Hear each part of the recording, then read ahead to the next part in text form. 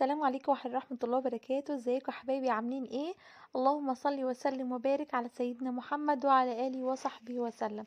اول حاجة نبدأ بيها كده الصلاة على النبي عشان ربنا يبارك لنا في الفيديو. ربنا يسعد كل حد بيحط لي لايك للفيديو. النهارده كده هعمل لكم معايا وصفة حلوة جدا جدا وسهلة وجميلة وهتعجبكم. هعمل لكم ورقة لحمة. معايا هنا زي ما انتم شايفين كده خضار انا مقطعاه، ومعايا هنا حوالي كيلو الا ربع من شرايح اللحمه الفيليه او الستيك، او لو انت عندك لحمه المهم تكون نوع اللحمه صغيره في السن، يعني ما تكونش لحمه كبيره علشان تستوي معاكي بسرعه، لان احنا هنا مش هنسلق اللحمه.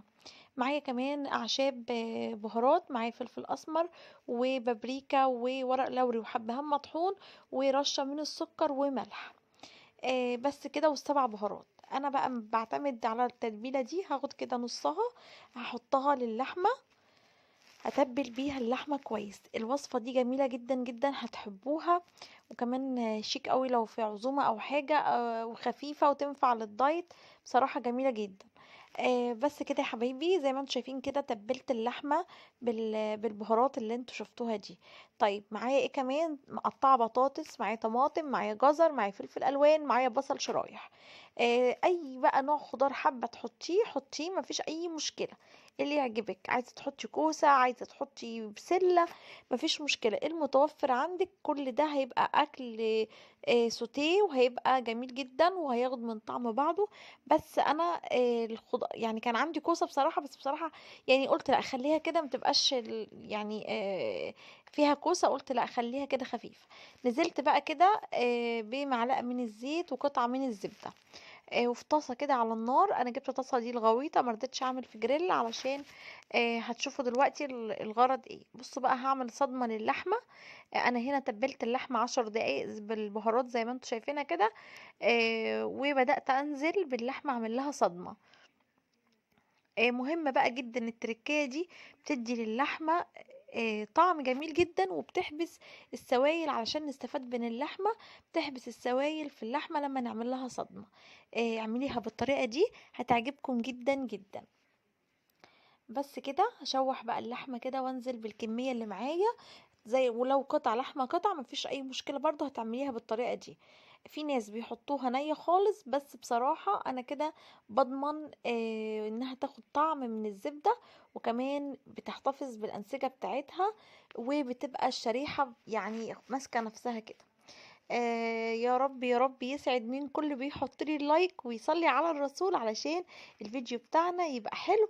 بعد كده ان شاء الله نحاول لازم نصلي على الرسول في كل فيديو علشان ربنا يكرمنا كده في فيديوهاتنا، انتوا تستفادوا وانا كمان استفاد بالناس الحلوة اللي بتقول لي كومنتات حلوة.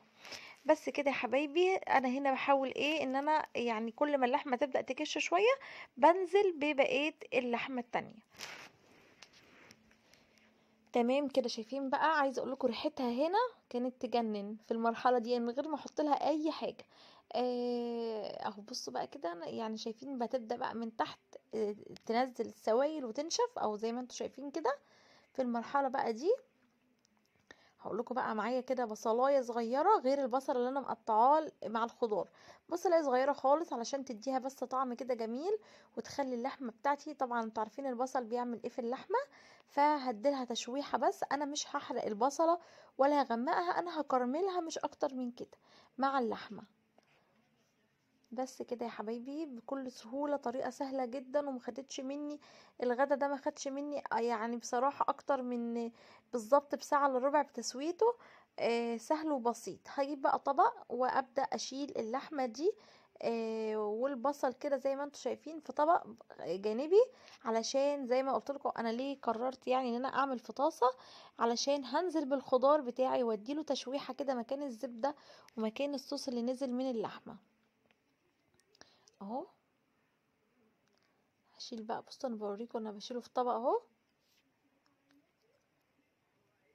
والخضار اللي معايا اهو فلفل الوان، جزر، طماطم، بطاطس، بصل. معايا بقيت شويه البهارات والملح والفلفل والحبهان. بس هنا هزود شويه من الملح كمان، وكمان مقطعه كمان قرن فلفل حامي علشان كده يديلها طعم جميل. هقلب بقى نزلت كمان بشويه من الفلفل الاسمر عشان حسيت ان البهارات قليله شويه منه.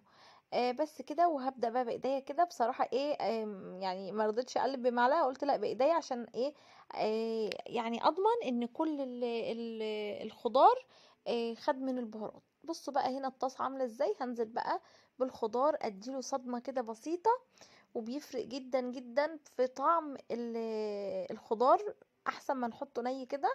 اولا ما بينهريش، وبيبقى كل حاجة في الخضار خدت كده يعني حبست السوائل جواها. تاني حاجة بياخد من طعم الزبدة وتحمير اللحمة، فبيبقى جميل جدا وبيبقى مميز ومختلف. تمام كده. هي تشويحة بسيطة، انا مش هسويه ولا اي حاجة، ولا هحط له مية ولا اي حاجة. اهو بصوا تشويحة بس بسيطة كده على نار عالية. ايدك فيه علشان ما يتلسعش ولا اي حاجة. اهو. بصوا خلاص بقى، عايزه اقول لكم كمان ان انا نزلت في فصين من التوم، بشرتهم كده في مبشره صغيره. برضو التوم بيديله طعم جميل جدا جدا، وما كترتش في التوم علشان برضو يبقى الوصفه بتاعتي خفيفه، وتبقى بسيطه وسهله كده. اهو بالظبط فصين صغيرين خالص من التوم. وزي ما قلت لك الخضار اللي تقدري عايزه تحطيه حطيه، مش يعني مش هيقيدك في حاجه. تمام كده. اصلا شوفوا بقى الالوان بتاعت الخضار دي، طبعا انتوا عارفين ان العين بتشوف قبل ما بناكل يعني. بصوا بقى هنا خلاص الخضار معايا جاهز واللحمه معايا جاهزه. جبت بقى صينيه، صينيه المربعه دي، وحطيت فيها الفويل زي ما انتوا شايفينها كده، بطنتها بالفويل. وطبعا لازم نحط ورقه زبده علشان يبقى فيه فاصل بين الاكل بتاعك وبين الورق اللي هو الالومنيوم، علشان الفويل عشان ما يتفاعلش مع الاكل بتاعك. وغير كده هي اسمها ورقة لحمة، يعني لازم يكون فيها ورقة. بس كده. بصوا بقى الخضار نزل صوص ازاي، والله ما حطيتش ولا حتى ربع كوباية مية، هو نزل منه فيه كده مية بتاعته. جبت بقى كده الخضار وهبدأ افرده في الصينية بتاعتي. عايزة تعمليه في قالب او في طاجن مفيش اي مشكلة. بس كده. بصوا بقى اللحمة كمان هجيبها دلوقتي وهبدأ ارصها. لو انت حابة اللحمة تبقى لونها ما زي المشوية كده، تحطيها على الوش زي ما انا حطاها. لو انت حباها تبقى في قلبها من جوه، هتبقى ايه واخدة الطعم بس مش تبقى واخدة اللون الغامق شوية. اهو هنزل كده باللحمة. عايزة اقول لكم اللحمة ما خدتش وقت خالص، حتى انا يعني بنتي كانت منها قطعة وهي كده، وهي بالطريقة دي كده يعني. او نزلت بقى بشوية من البصل اللي هما كانوا في اللحمة على الوش كده. وادي كمان الوصفة بتاعتي ما خدتش مني وقت خالص خالص. هقفل بقى الصينية، بس حطيت قطعة زبدة صغيرة خالص، قلت علشان تطعم برضو الخضار واللحمة ويستووا، يبقى كده ايه في جوسي كده جواه. هقفل بقى كويس، حطيت ورقة من الزبدة كمان على الوش، وهقفل كويس الصينية بتاعتي علشان زي ما قلتلك نحافظ على يعني صحتنا، ان احنا ما نحطش ورق الفويل ده على الاكل مباشرة. فاهو كده. وقفلي بقى الصينية كويس جدا جدا، وهندخلها بقى الفرن على درجة حرارة واطية. ليه واطية؟ علشان الخضار بتاعي يستوي براحته، وما يبقاش يتهري منك يعني. يعني درجة حرارة كام يا قسوم؟ درجة حرارة من 160 ل 180 اقصى حاجة. ومشغلة بقى المروحة في الفرن زي ما انتوا هتشوفوا اوريكم دلوقتي. اهو حطيتها في الشبكة اللي في الوسط. ودرجة الحرارة عملتها على 160. وبعد كده رفعتها ل170، والمروحة شغالة. طيب هنعمل جنبها ايه؟ هنعمل جنبها شوية رز بشعرية، علشان اللي ممكن تعملي رز ابيض، بس الولاد عندي بيحبوا الرز بشعرية. طيب هقول لكم النهارده على تكايه كده حلوه في الرز بشعريه عشان تخليه طعمه حلو معاكي، ويبقى مفرفر كده ما يبقاش معجن. انا هنا حطيت مكعب من الزبده ومعلقتين من الزيت. زيت وزبده ليه؟ الزيت بيخليه يلمع، والزبده بيديله طعم جميل وغني جدا جدا. هنزل بقى كده بالشعريه وهبدا اقلب كويس جدا فيها، هديلها لون ذهبي، يعني مش فاتح ومش غامق، يعني هتشوفوا دلوقتي الدرجة اللي انا هوريها لكم اهي. بصوا بقى كده الدرجة عاملة ازاي، جميلة جدا جدا. قلبي الشعرية على نار هادية علشان خاطر ما تتحرقش منك ويبقى كلها لون واحد. هنا معايا كوبايتين من الرز المغسول المصري، مغسلاه كويس يعني ومصفيه من الميه. بصوا بقى طبعا مهما هنصفيه من الميه بيكون فيه برضو ميه. انا هنا معايا ده يعني نص مكعب من اللي هو بتاع فاين فودز بالخضار، وكمان معايا معلقه، ربع معلقه من الحبهان البودر، وملح. عايزه اقول لكم بقى الحبهان بيفرق جدا جدا في طعم الرز، بيخليه جميل جدا، وكمان المرقه. وهبدأ بقى اقلب الرز علشان عايزاه ينشف خالص، ويبقى كل رزايه متشمعه كده مع الشعريه، علشان لما انزل عليه بالميه السخنه اللي بتغلي يعمل له صدمه، ويبقى الرز معايا مفلفل وجميل ومش معجن ولا اي حاجه اهو. طبعا احنا عارفين ان الرز المصري كوبايتين الرز بياخدوا كوبايتين من الميه.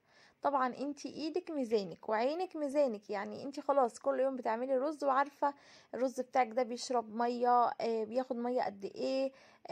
عندك شوربه عايزه تعمليه بشوربه اللي يريحك يعني اهو. بصوا هنزل بقى هنا بكوبايتين كبار من الميه على قد كميه الرز اللي معايا. تمام كده. وعايزه اقول لكم ان الميه السخنه بتفرق جدا في الرز، يعني ما تعملوش بميه بارده علشان ما يبقاش زي المجلد كده منك اهو. هيبدأ بقى يغلي وهوطي عليه النار، وهوريكم بقى الرز لما استوى عامل ازاي. بصوا بقى الرز استوى، هوريكم بقى قد ايه بقى هو مفرفر كده وجميل. شايفين؟ ولا معجن ولا اي حاجه، وريحه وطعم مش عايزه اقول لكم جميل جدا جدا. جربي التكات اللي انا قلت لك فيها على الرز دي، وشوفي بقى احلى رز ممكن تاكليه. هنا بقى نفتح ونقول بسم الله. الصينيه بتاعتنا انا سبتها بس تهدى شويه لانها كانت سخنه جدا. واللحمه بقى عايزه اقول لكم جميله وطريه، وشايفين كمان واخده لون ازاي جميل من فوق. وكمان الخضار استوى ومش معجن ولا يعني ولا طري قوي اهو. هنا بقى غرفت الرز، وهبدأ بقى احط كل طبق فيه قطعتين من اللحمه وشويه من الخضار. اظن دي وجبه متكامله جدا جدا. ما رضيتش اعمل جنبها سلطه لاني فيها خضار، فيها عندي بصل جزر بطاطس فلفل الوان، فبصراحه هي دي وجبه متكامله جدا جدا، وهتعجب ولادك وهتشبعهم. وما خدتش مواعين كتير ولا وقفه كتير. بصي بقى اللحمه عامله ازاي، دايبه دوب. شايفه اللحمه القطعه دي؟ بصراحه اللحمه دي انا بحب اجيبها في الطواجن والمحاشي وفي ورقه اللحمه. بصي كمان البطاطس متماسكه بنفسها ومستويه ومش مهريه مني ولا اتعجنت ولا اي حاجه. وكمان الرز. وده كان فيديو النهارده، يا رب يكون الفيديو كان خفيف عليكم وعجبكم. ما تنسوش بقى لايك وشير.